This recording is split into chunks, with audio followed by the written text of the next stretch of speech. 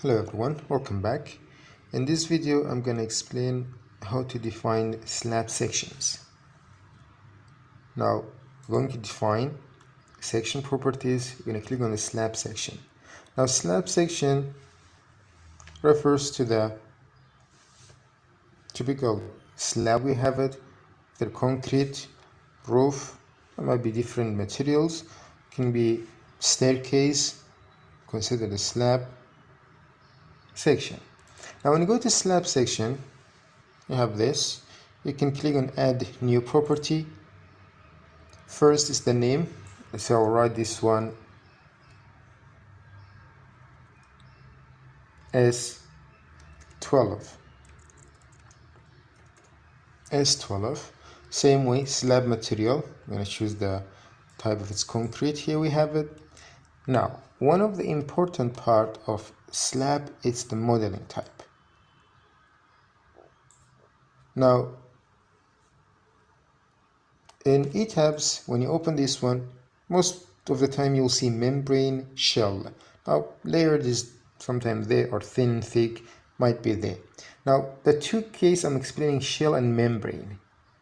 Now the difference between them, membrane does not have out of plane stiffness.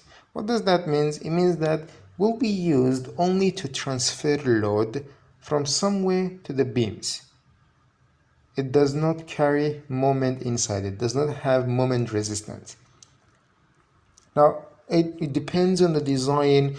Sometimes you don't need to provide you don't want to provide reinforcement inside the slab. You can use membrane. So all the load will be transferred to the beams, and the slab will not be designed for moment. Well, this will be realistic. It depends on the cases that you're working with. Now, for the normal structure that you have, but you can go for shell. Shell, it will resist moments inside, so it will be designed for the moment. The slab will be designed for moment, so it has out of plane and in plane stiffness. Now in the shell you have two, thin and thick. This stands for what? The thick stands for a slab that can resist shear. The second one, thin, normally will not be designed for shear. It will be designed in a way that the surrounding supports will carry the shear here. Now when can you tell that if slab is thin, shell thick or thin? It's according to the codes. They say that if the thickness to the length is less than 1/15, it will be considered thin, very thin regarding to the dimension of the slab. So it's relative to the dimension, not you say, okay, does 9 centimeters is thin. You cannot say like this. 9 centimeter slab can be thick, can be thin, depending on the area. Relative to the area, it will be decided to be. So let's say we choose shell thick here. Since we wanted the slab to be designed for moment and shear, we'll choose shell thick here. And the type, basically, you have it different property. We have it here.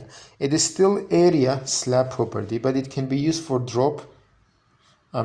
It can be used for the waffle footing. So here we'll keep this one to be slab. I'll come back to the drop, the things that if you need it, if it's required, we'll come back to them.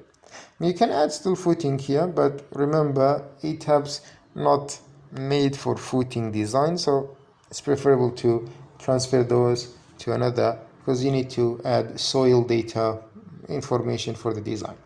So we'll keep this one to be slab. The thickness of it, as we said, that this is, maybe you have it from the architectural plan, 15 centimeter. Let's say you have it there, so 150 millimeter thickness of the slab. You can write it here as well the same way. You can write 150 S150 to know exactly it's the same thickness. And again, modifier. The modifier is basically, if you go for the section, cracked section modifier, you can add those things. Well, I'm not going to explain them for now. You press OK. Now you have the slab there, S150.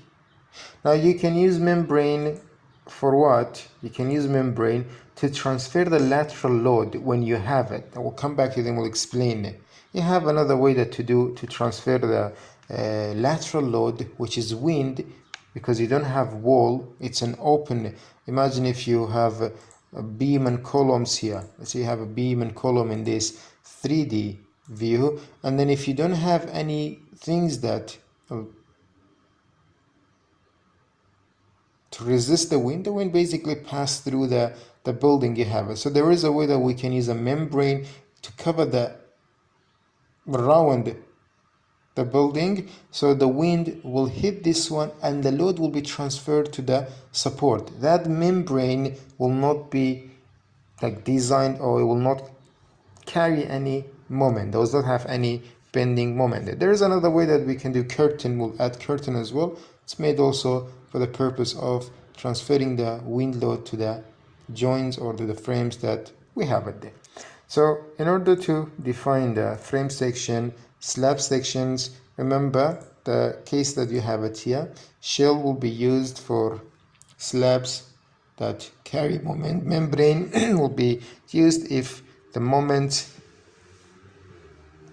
will not be designed, or all the loads will be transferred to the beam, to the supporting beams, without carrying any of that by itself. So this is difference between them.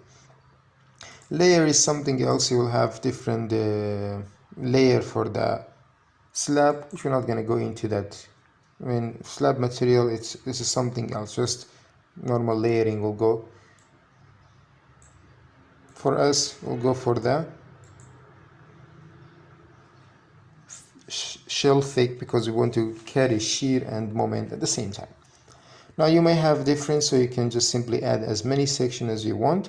Just choose the material property, the thickness, and you will have them here. Now the rest of them I can just simply delete them if I don't want them to be here, not to have a lot of section there, because when you do reporting, all of these sections will appear in the report.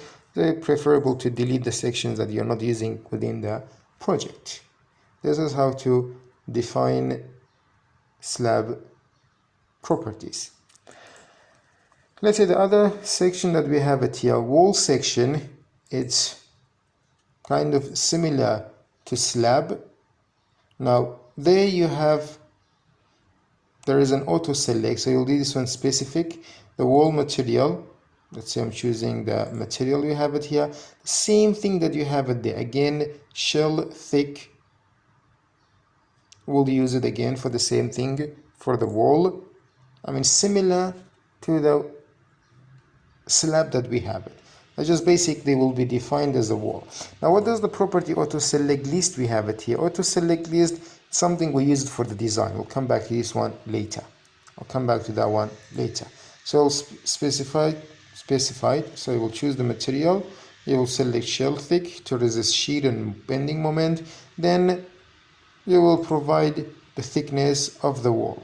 Now, as I said, that how do you know this? Those we call them preliminary design, that you might have them in the beginning, or if you starting from scratch, you will come up with some minimum dimension for those in order for the design to start. So you press OK, you'll have wall there. So normally it's preferable to rename them the way that, for example, if this is the wall I have it here, it's preferable to put something here to remember. For example, wall 250. Let me just W250 or wall 250, at least to know it's 250 millimeter. The naming, it's important because when you're assigning later, it's preferable to see how this is the 25 centimeter. You can write 25 centimeter as well as possible in order to remember while specifying or assigning those the buildings. The naming will help us to specify them easier. So the wall and slab section, they have similar way of thinking. Shell thick, remember, in order to do it. This is enough for up to now for the section properties. Will be enough. Thanks for watching.